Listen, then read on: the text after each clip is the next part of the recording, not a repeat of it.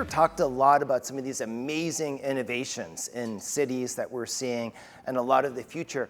What I'm going to focus on is how does government need to change and adapt to actually enable, facilitate, catalyze these sort of things rather than be a brake on it, rather than retard these sort of innovations that Peter's talking about. And when you look at the future of cities, when you look at cities in transition, one of the big things is the duality there, right? You're seeing all this incredible innovation happening in cities and people flocking to cities and so forth, but at the same time, massive stresses it's putting on cities. And we're right here in the epicenter of seeing all of that here in San Francisco, like very few other cities. So on the plus side, what are we seeing? People flocking again to cities. 66% of the world's population will be living in cities by 2050. Cities are generating 70% of the GDP, the world's gross domestic product. And look at the 25 top metropolitan areas in the US make up half of US GDP today. And then again, we're seeing a lot of the sort of innovations that Peter talked about and many others have talked about in this thing. Dubai wants to become the first 3D printed city. By 2030, they want to have a quarter of all of their buildings, new buildings, 3D printed. Vertical and urban farming, which we've heard about. And this one here, Dubai, again, it wants to be home to the world's biggest vertical farm. It right now has to import 85% of all of its food, and this facility it's building is going to be 130,000 square feet, and we're seeing this happening in many, many other cities. There's a great session earlier today on flying drones and flying drone taxis, when we're going to be able to actually be in them, and the consensus is probably we're about 10 years away in the US right now because of regulatory and other issues. Yet we're, again, in Dubai, probably about 2 to 3 years away from actually being able to go on autonomous flying taxis right now. And then when you look at some of the major technologies of the fourth industrial revolution, 5G, IoT, AI, cloud, and that combination of these put together, what they're going to enable in cities and all sorts of machine-to-machine intelligence is going to be really revolutionary. I think look back on the second industrial revolution and electricity and the impact that electricity had on cities, and I think we're going to see similar impact. One of the stories I like to tell is around the special case of the elevator. Now think about cities before we had elevators, right? If you were wealthier, the last place you wanted to live was higher up because you'd have to walk up the stairs. And then the elevator came around, and the elevator transformed cities dramatically. Look at the made possible by, look at Manhattan's population density, more than doubled from 1880 to 1910, thanks to the elevator. That sort of simple invention. So a lot of great things happening in cities and historically, but at the same time, we're seeing a lot of really, really stark sort of pressures on cities too. You've got the increases in income inequality, like we were seeing certainly in this area. You've got incredible problems with increased homelessness. You've got housing prices out of control. You've got congestion and a lot of other sort of issues that are really putting major stresses on cities. Let's take a look. Housing costs. These are some of the cities with some of the highest average monthly rental costs. 2019, San Francisco tops the list, and then along with Hong Kong, you've got London, Zurich, and these housing costs have really skyrocketed in many of these cities. And of course, those of you that don't live here, if you've heard about the pods that are now for rent in San Francisco, these are, I think, about $1,300 or $1,200 per month. You can rent a bunk bed, okay, in San Francisco. And you know what? If you actually want one, they're not available until the end of September. They're all sold out. And then you look at a city like Hong Kong, the average apartment in Hong Kong now costs 122% of the average salary for people who actually live there. And then you've got climate change. And essentially, by 2050, more than 3/4 of the world's cities will have their climate systems rearranged, and over 20% of cities will experience the kind of conditions from a climate perspective that they would have seen in much warmer cities, than the kind of conditions that we've never seen before. So all of this is putting a lot of stress on public services, on governance, and so forth. And in fact, in some of the big mega cities, 17, 18 million people, like I was just in Mumbai, some of these cities become almost ungovernable. So what do we do? What are some answers? And I think, again, as Peter did, I want to go back in history a little bit. And let's go back to the second industrial revolution, where we're also seeing a lot of those sort of pressures. And the second industrial revolution really had two phases between 1870 and over this 100-year period. What we saw was incredible advances in terms of mass production and railroads, automobile, highway systems, modern retail, a lot of things like that. But at the same time, with the second industrial revolution, we also saw a lot of downsides, right? Child labor, really poor working conditions, huge increases in pollution, increases in crime, and so forth. And from a political perspective, a lot of corruption, if you remember Boss Tweed and City Hall out of New York. So at the same time, so you had all of these pressures, and what came out of that? The progressive reforms, where we saw government reforms like civil service system, city manager, independent public authorities, administrative agencies. We saw food and labor regulation. And then we saw political reforms, ballot reform, direct democracy, regulating money in politics, and so forth. And I think, so when you look at those sort of reforms, what is today's version of that? What sort of strategies do we need today from a government perspective to support the fourth industrial revolution and this kind of exponential changes we're talking about? So I'm going to lay out a number of ones. One is agile government. Number two, thinking in 3D. Number three is something called anticipatory government, not reactive government. Invisible frictionless government, and government as VC. So I'm going to walk through these one by one as kind of 5 different pillars and strategies for city governments of the future, and that can enable a lot of these sort of changes we've been hearing about at this event. Let's look at agile government. Right now, we have in kind of this exponential world, we have a government that's very waterfall, right? It's very, very kind of slow moving and it's not iterative and so forth. A lot of legacy sort of system. And I want to lay out what a more agile government might look like. But first, I want to take you to a comedy club outside of New York City in New Jersey. Now, at this comedy club, the comedian on stage is really struggling, or more accurately, is kind of tanking. There's lots of jokes that are falling apart. They're falling flat. There are uncomfortable silences from the audience and so forth. And the comedian is going so far as to actually take some notes during his whole set to see kind of what's working and what's not working. Who do you think the struggling comedian is? Any guesses? No guesses? Steve Martin? That's pretty good. It's very close. It's Chris Rock. And he's not actually the only one. So Chris, whether it's Jerry Seinfeld, Chris Rock, what they do is they don't know which jokes are going to work ahead of time. They can't just sit there in their giant houses and kind of figure them out. They have to test them out on real people, real audiences, and see what they're how they work out. And it's really fascinating watching comedians kind of talk about that. Now, I think there's a lot of lessons on that for government, because instead what we do oftentimes in government is we have this sort of waterfall policy process where a lot of things are debated, but they're not tested in the real world with real people. And then you end up with a lot of these policy failures. For a book I did a number of years ago called If We Could Put a Man on the Moon, we worked with 75 graduate students, and we analyzed over 80 different major government initiatives since World War II. And one of the things we found, we wanted to answer why some succeeded and why some failed.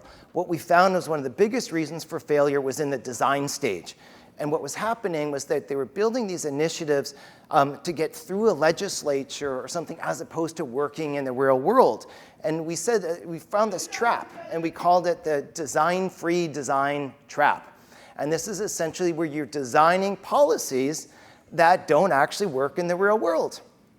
And we found a lot of examples on that. So how do you avoid this sort of design-free design trap? I'm working right now with the World Economic Forum. We have a Futures Council looking at the future of government and governance. And we're designing a whole toolkit, what we call the Agile Government Toolkit, around a set of different strategies that you can use, whether it's around regulation, programs, and other sort of things that you can use to actually test all of this out. Things like using co-creation, design thinking, consultations, crowdsourcing policy, prizes and challenges, pilots, sandboxes, and so forth. And this is going to be available actually within the next few months for anyone to kind of look at. So let's take a look at a couple of these. Regulatory sandboxes.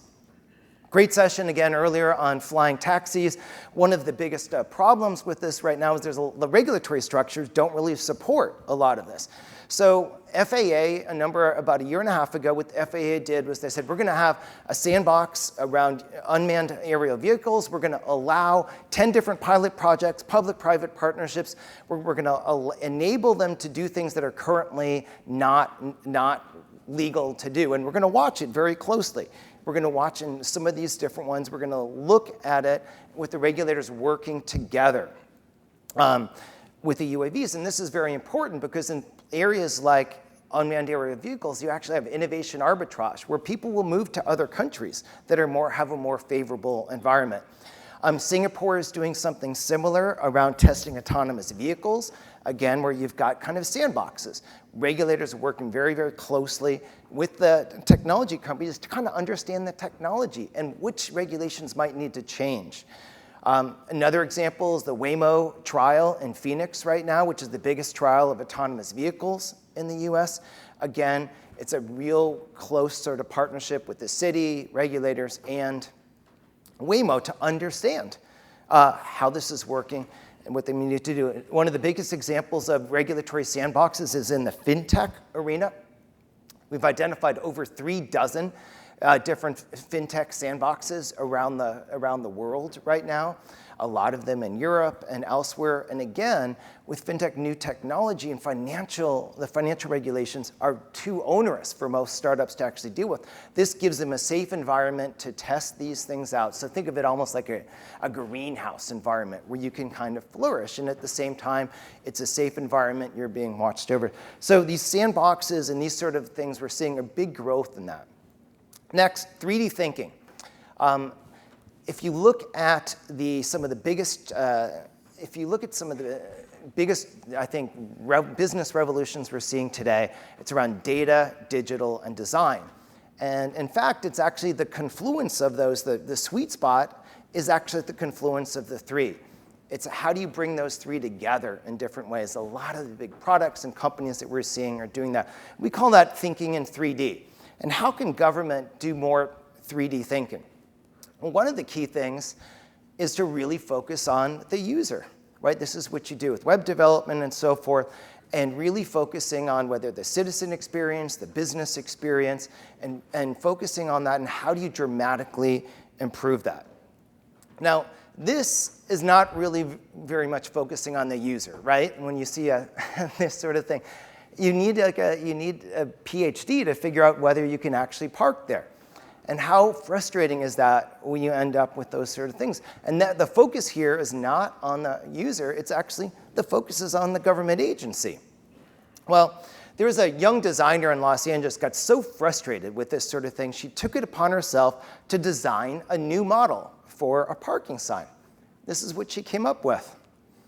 Intuitive, easy to follow, good design, designed for the user, and the city subsequently adopted this model.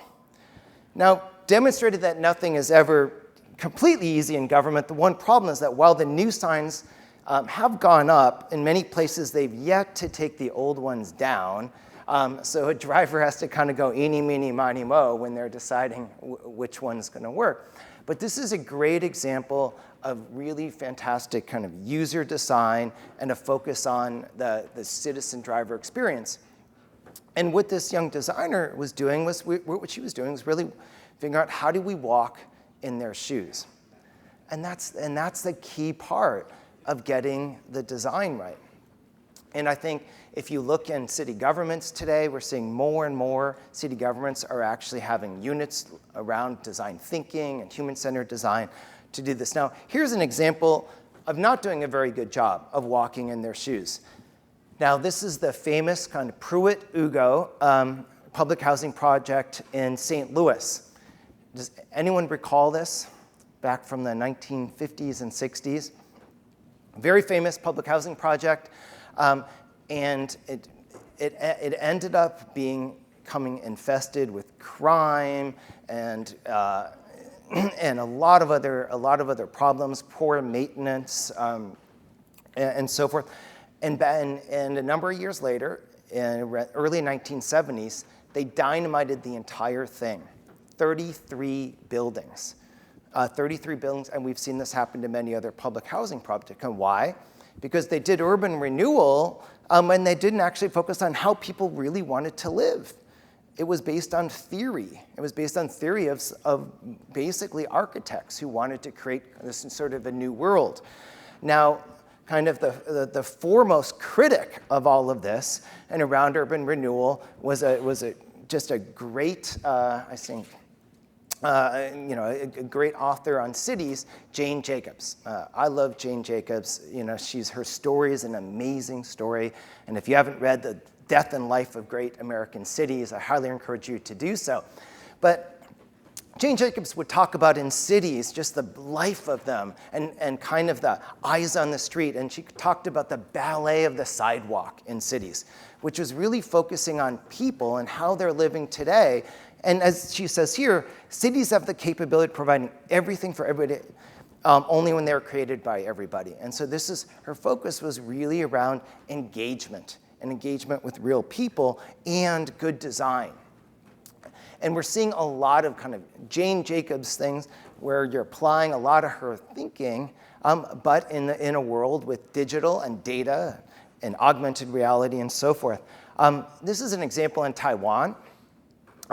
Taiwan's Participation Officers Network, they have these officers, they meet monthly, and what they do is they hash out service design improvements, they hold workshops with citizens, they do a lot of co-designing of public services. In May, as it says here, they launched a more user-friendly online version of Taiwan's tax system, and they're currently working on a new healthcare card service policy. Another example, Peter mentioned the MIT Media Lab's City Science Lab. It's run by Ken Larson. They do a lot of really interesting things. If you go into the lab, they basically have these giant sort of structures with Legos. But the Legos are essentially optically tagged Lego bricks. And together with that and augmented reality, what they do is you're able to kind of look at a lot of different sort of designs for a city and move things around. And in this case, what they did was they used these to try to solve the city's housing crisis for refugees. But in what they do with the City Science do is that they involve a lot of the stakeholders in this, and you're able to see trade-offs as you move the Lego bricks around. Now, choice architecture is a key type of design thinking. Most of you have probably heard of nudges and behavioral economics. Richard Thaler recently won a Nobel Prize in economics for this. And this is really saying that by changing the choice architecture, you can help people to make better decisions and help people to kind of understand different cognitive biases and overcome those. Now, this use of nudges, which we're seeing in the private sector too, but actually this is an area where government is at the very, very vanguard. We're seeing governments around the world are using nudges for a whole variety of things. There's actually over 200 government nudge units who are working using behavioral science and behavioral insights to do everything from looking at how do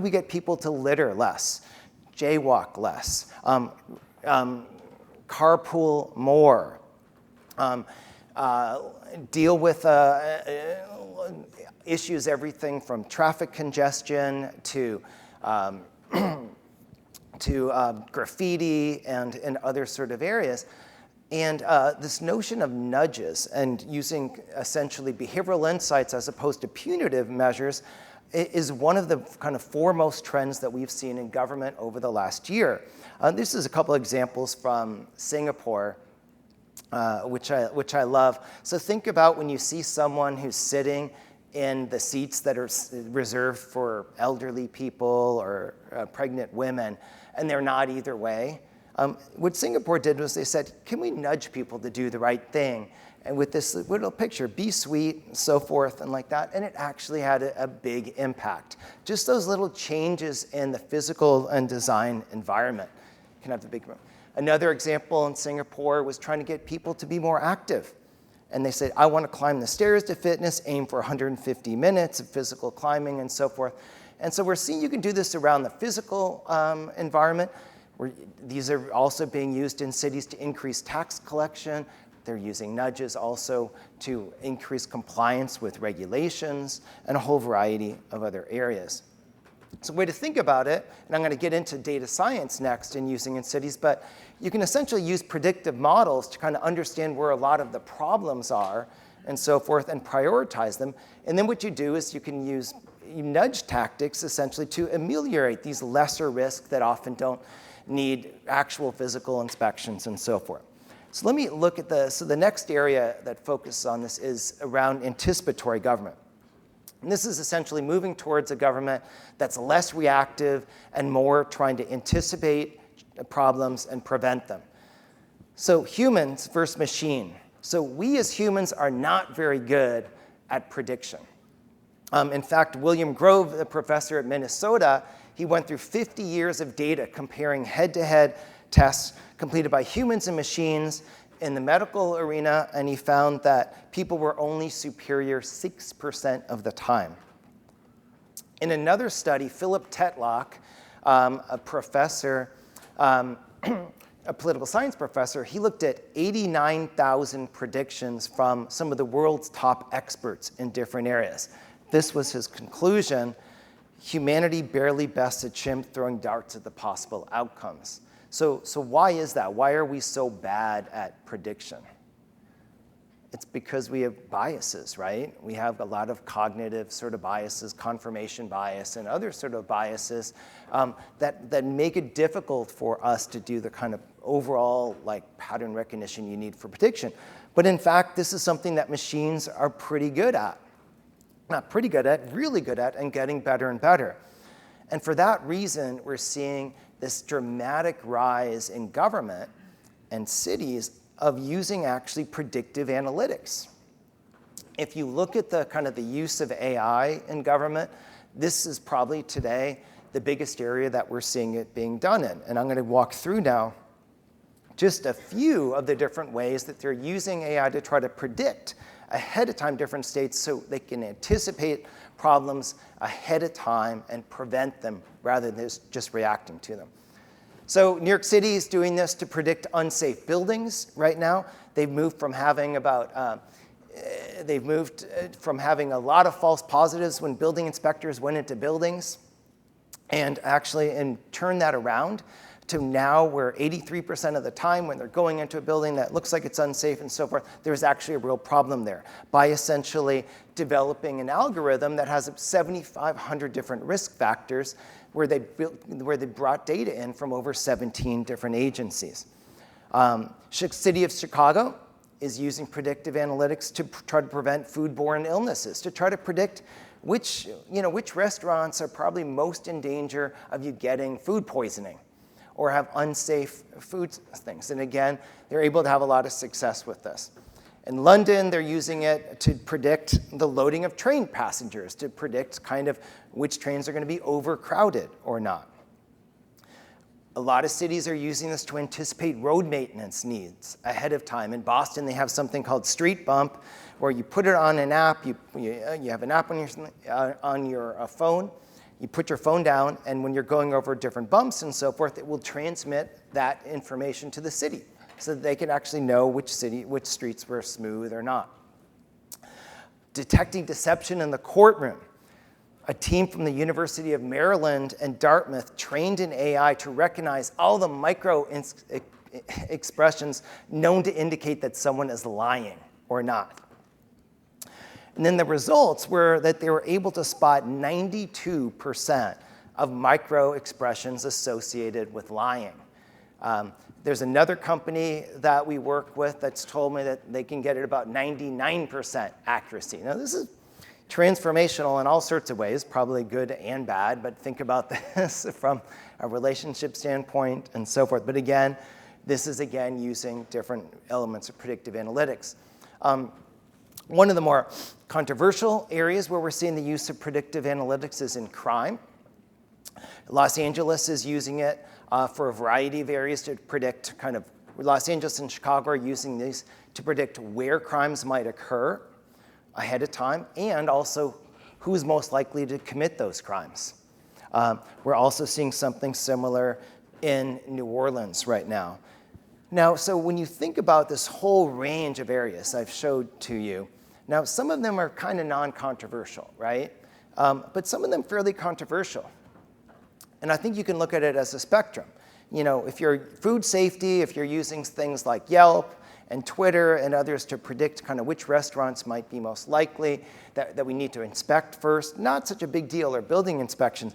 But if you go to the other side, to where we're talking about using predictive analytics to determine how many years someone might get in sentencing, which a number of courts are doing, or around policing, who you're prioritizing, or which families might be most at risk of children having child abuse, then you get into much more kind of controversial sort of areas. And that's what we're seeing a lot of issues around, this notion of algorithmic black box. So in many of these cases, if you wanted to interrogate the algorithms around, you know, how is that judge using that algorithm to actually help determine whether I get parole or not, or whether my sentences. In some cases, you can't actually interrogate that. It's a black box right now. In some cases, you can. And as we move towards this much more kind of use of prediction within the governments, what we're going to need to do is have much more transparency around this. And this notion of AI ethics and how do you kind of de-bias these systems is a really, really big, important public policy issue. And with that, what we're seeing is actually a kind of this dramatic increase in the number of government units, university units, and others looking at AI ethics and really trying to address and look at these sort of issues right now. And in a number of countries, they've actually passed laws around this. The UK government has launched a Center for Data Ethics and Innovation with a £9 million budget to really focus on these issues. Okay, next one, government as VC. So think about this as kind of what can government learn from venture capital? And why is this important now? It's important because think about all the innovations you've seen at this conference. Well, a lot of those innovations have a lot of public value they can provide, but they're not actually necessarily funded or done in government. And if you look at R&D spending today, a lot of the big tech firms, as you see here, are spending as much on their research and development as major agencies like the Department of Energy or NASA. And if you kind of put together the top 5 big tech firms, that's about over $50 billion in R&D. And so the question is, if that's where a lot of the R&D is happening now, how can government actually then access that and to improve public value and help solve problems? Because previously, when you think about a lot of the big kind of technology changes, GPS and the internet and so forth, funded by governments, right? Government, R&D, and so forth. And then it was about how do you do tech transfer to the commercial sector. Right now, it's more about reverse tech transfer. How can cities spin in some of these commercial capabilities to actually provide better services to help solve public problems. These are just some examples, whether it's satellites and kind of the internet of space, or Amazon's facial recognition, which FBI is looking at in terms of could they be using it because it might be better than their own. Or even think about 23andMe and genetic and all of that data that they have and the usefulness of that from a public health data perspective. So we've come up with 4 different sort of models for looking at this notion of government venturing. One is an industrial-based model that's similar to DoD, essentially where you've got a whole variety of suppliers and you're regularly kind of going out to them to solve different needs. Secondly is accelerators or incubators. Increasingly, governments are actually setting up accelerators and incubators or partnering with existing ones in order to get closer to tech startups to help solve their various problems. Third, strategic partnerships. And that's essentially where the commercial sector might have a lot of value and you might have other value and you go at that together. Waze has now set up partnerships with a whole bunch of different cities right now where they're providing their data into the city transportation departments, and the cities in turn are getting Waze data and they're putting them together in order to help reduce traffic congestion and make mobility better. The last one is open architecture, and that's where essentially kind of government as a platform. And in what areas can government set up kind of a platform architecture and bring in data and other things from the private sector? An example of that is in Finland right now, where they have something called WIM, which is a mobile app for transportation that brings in all the ride-sharing apps, it brings in bus, it brings in rail, and it brings in taxis all into one sort of system where you can then pay for it there. And governments essentially created that platform. So these innovation accelerators, we're seeing a dramatic increase of these all over the world, from Singapore to Barcelona, to Sao Paulo, to Bristol, and so forth. One of the examples that I like the most originated here in San Francisco, and that was called the Startup in Residence program. And this was basically an idea where it's a 16-week program that startups come in and work with government agencies on real live use cases, and they try to solve problems. Like a problem being, so how do we, within the San Francisco airport, and how do people who are blind, how can we help them get around better by actually having indoor GPS? And the city worked with a company called Birdie to actually do that. This program, which is essentially incubators, accelerators that governments have, has now expanded to over 30 different cities all across the US and a few globally right now too. And I think we're going to see a lot more of that sort of thing as a way for governments to get closer to startups and startups to get closer to governments and solving problems. Let me end with this frictionless government, or you can even say invisible government. This is one of the Amazon Go shops. How many of you have been in an Amazon Go shop here? Probably more than almost any other group I'd ever be in. Well, think about that. You go in and basically you find all your stuff, and it's completely frictionless from a payment perspective and everything else. What if government could be more like that? And the idea is sometimes you actually want a service or something to be almost kind of invisible, right? And seamless. This is what the government of Estonia is working on. Martin Kavitz will say sometimes the best service is something that you didn't even notice that you got. And it's around something I wrote an article of almost 20 years ago called The Invisible State. And this is like where you get government services that they're so seamless that they don't intrude or impose on your life. Here's an example of what Estonia is trying to do with their e-land registry. The notary uses the e-notary system to prepare all the contracts and verify all the necessary details directly in the e-land registry. We will not have to carry coal to Newcastle. What? Coal? I mean that we do not need to have the relevant documents on paper. Everything is electronic. The notary will now send a contract for us to sign, and the notary will then forward the signed contract electronically to the e-land registry. So Estonia is famous for being kind of almost 100% digital government services, one of the most digitized government in the world. Most services you can get done on under 10 minutes in Estonia. And this is where they're moving to next, which is this notion of kind of seamless, frictionless, almost invisible like services that just happen as you go about your life. I think we're going to see a lot of this happening when you think about IoT and city and smart cities, and essentially a lot of the machine-to-machine that are going to be going together. And so then you're going to have that opportunity for this to happen. In this case, you've got a smart town in Japan, where they're all on a smart grid working together. Another example of this is facial recognition is something very, very controversial in an area because we hear about what's, of course, happening in China and elsewhere. But facial recognition technology can also be used for good, I think, in cities if it's done very carefully. In this case, in the Indian city of Delhi, they were able to identify nearly 3,000 missing children within just 4 days of launching a trial of a facial recognition system. So for a lot of these things, of course, technology can be used for good, it can be used for ill, but government's going to have to adapt dramatically in order to see a lot of these innovations that we've seen at the summit today. And these are just 5 different ways, I think, 5 strategies governments can use as we move into the 4th industrial revolution.